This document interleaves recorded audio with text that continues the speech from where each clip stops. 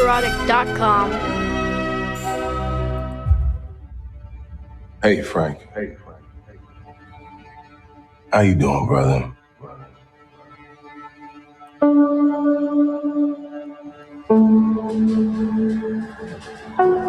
Talk to me.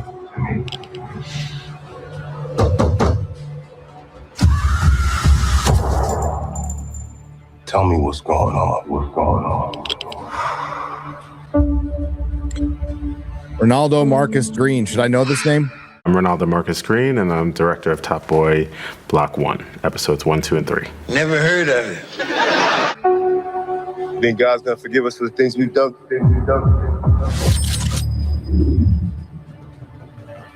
He has to save a little black girl. I'm not sure about me. But you ain't got a fucking chance.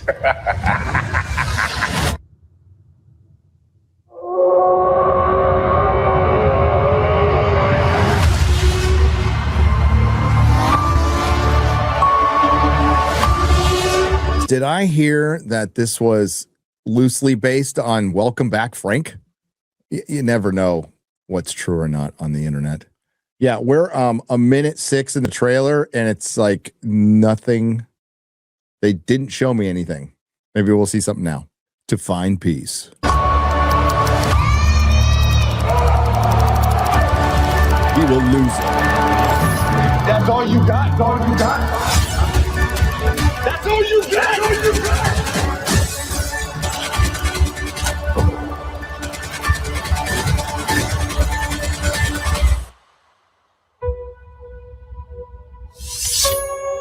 He's got that skull.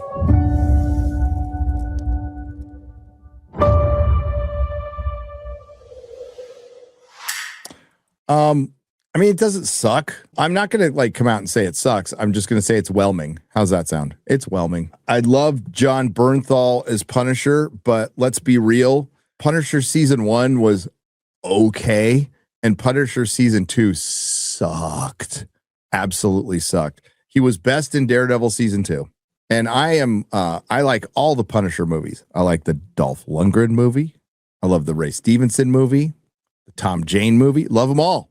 R.I.P. Ray. He did a promo at my store. I'm sure you guys have heard about it before. Yeah. So for Punisher Warzone, he came by the store. We had made an agreement for like an hour and a half appearance. He stayed half the day, 6.5 hours, because we had a line just down the fucking street and around the corner. And what's funny is how many kids were there. I loved Warzone. Good dude. Really nice guy. Rest in peace. Yeah. Ennis Punisher is brilliant. Welcome Back, Frank, and everything he did for Marvel Max after that was fucking great. Punisher versus Wolverine, where Punisher runs him over with a bulldozer or something, and Wolverine's down to a skeleton, and they're still fighting. It's so fucking good. My buddy Derek Robertson drew that one. Bullseye and Punisher Max was some of the best Bullseye outside of Frank Miller. It's also that Bullseye limited series, that Bullseye Max limited series. That's fucking great. Bullseye, one of my favorite villains of all time, started out as just one of those 70s villains like Stiltman. You know, we need a guy named Bullseye. We'll put a target on and he'll be really good at throwing darts or something. And Frank Miller leveled him up. Every kid remembers the first time they cracked open a Daredevil comic of my age and saw him killing a guy with a playing card, killing a guy with a paperclip. And it's like, oh, this is kind of genius. I love his costume, by the way. So one of my biggest criticisms of the Daredevil series is he's never worn his proper costume, and I don't fucking know why.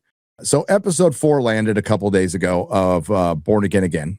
And the opening scene is really good.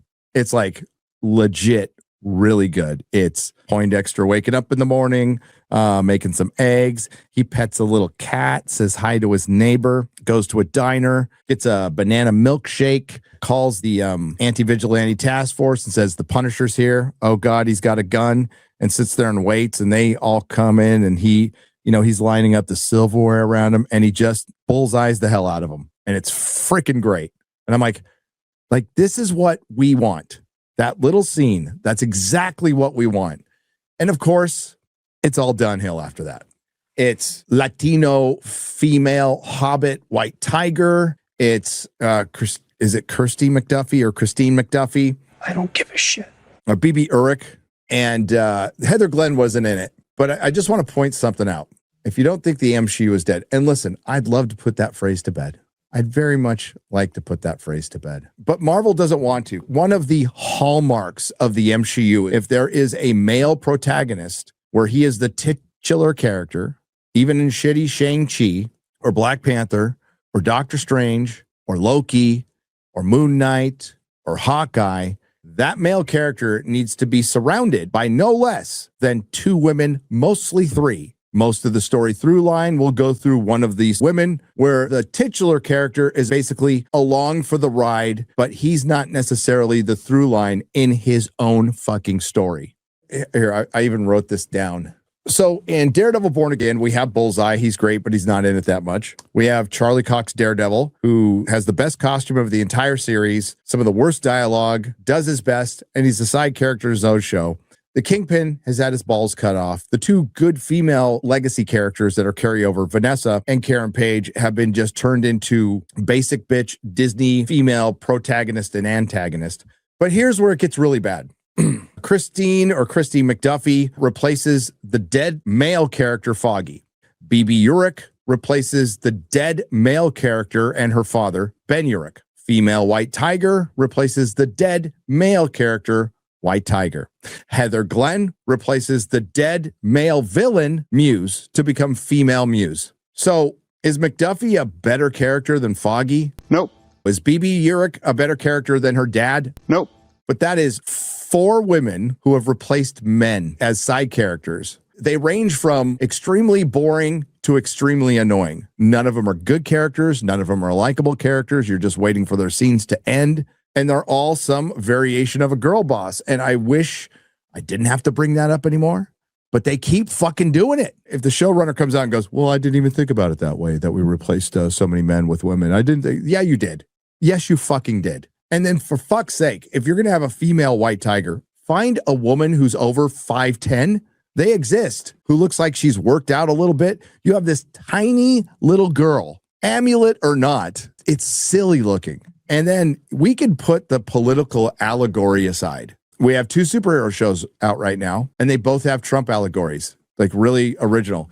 But put the allegories aside. The dialogue is on the nose. The plot is paint by numbers. The logic and inconsistency in the show is off the charts. Kingpin having dictatorial powers as a mayor, and one ship can block an entire harbor. I mean, what is this ship? The fucking Death Star? And then, X will be X, but people going, then this is not only equal to the Netflix series, it's better. It's like, okay, you're engagement farming. Let's think about Kingpin. Kingpin started his MCU reign by getting defeated by both Kate Bishop and Echo. Then they brought him back in Echo to be defeated again by Echo, who removed his trauma and made him cry. Daredevil had the walk of shame in She-Hulk. They bring Daredevil and Kingpin back in Daredevil Born Again. Kingpin lost everything. Vanessa built it up. The show wants to remind us of that constantly, including a scene from episode 4 where Vanessa is talking to the governor and she goes, you don't need him. You've built this all on your own and you can run it by yourself. And Vanessa's all, yeah, I love him. That's all. It's so stupid and it undermines your main villain. And now Kingpin is just a cuck. Vanessa's dead now, though. Oh, no. Anyway, last week. So they've killed Vanessa. They've killed Foggy. But we still have Cherry and BB and McDuffie and Heather Glenn. Like, the female White Tiger does not need to be in this fucking show at all. She adds nothing to the story. She is there to check a box and take up screen time from Charlie Cox. She is a useless character. McDuffie is a useless character. Heather Glenn is a useless character. They're doing nothing with her. We're halfway through the season and she keeps seeing reflections of Muse. Okay, great. Now, I talked to a content creator who talked to another content creator who's a big fan of Born Again and was able to see the entire series. And that person said, I know it's he said, she said, fucking game of telephone here. But they said it's a rough first 4 episodes and then it gets going. But that's coming from somebody who really liked Born Again season 1, which I gave that fucking season 1 more of a shot than I should have, but I did. because I didn't think they would fuck up Muse. And despite what they did to Kingpin and killing Foggy, I'm like, man, if they get Muse right. And they fucked up Muse so bad that one of the co-creators of the character sent me an email talking about how much they fucked up his character and how pissed he was. We were told that, you know, they were kind of handed this bag of poop from the original one they were going to do based on the Mark Waid stuff, where they were going to have a courtroom drama, and they had to rework it. So they had to kind of Frankenstein it, and that was their excuse. And they're like, but wait until next season. The showrunner's going to cook. Nope. And it's just as bad. It's not like the worst thing Disney Marvel has ever made. I have no doubt that they think they're trying, and I think they are making some effort. Again, the fucking bullseye scene was awesome. So you could take the one scene from last season between Daredevil and Frank, which was great, and this bullseye scene, and those are your good parts. The problem is that Disney, it was, nobody was questioning this anyway, but now it is like signed, sealed, delivered, unquestionable. Disney has completely lost the ability to make Marvel because Daredevil should have been the fucking easiest thing in the world. I don't think any of us expected it to be Netflix Daredevil. I didn't. But if it was 60 to 75% as good as Netflix Daredevil, I'd have been really happy. But man, this show is bad. And I can't wait to see the boys. Nerderotic.com. Please subscribe.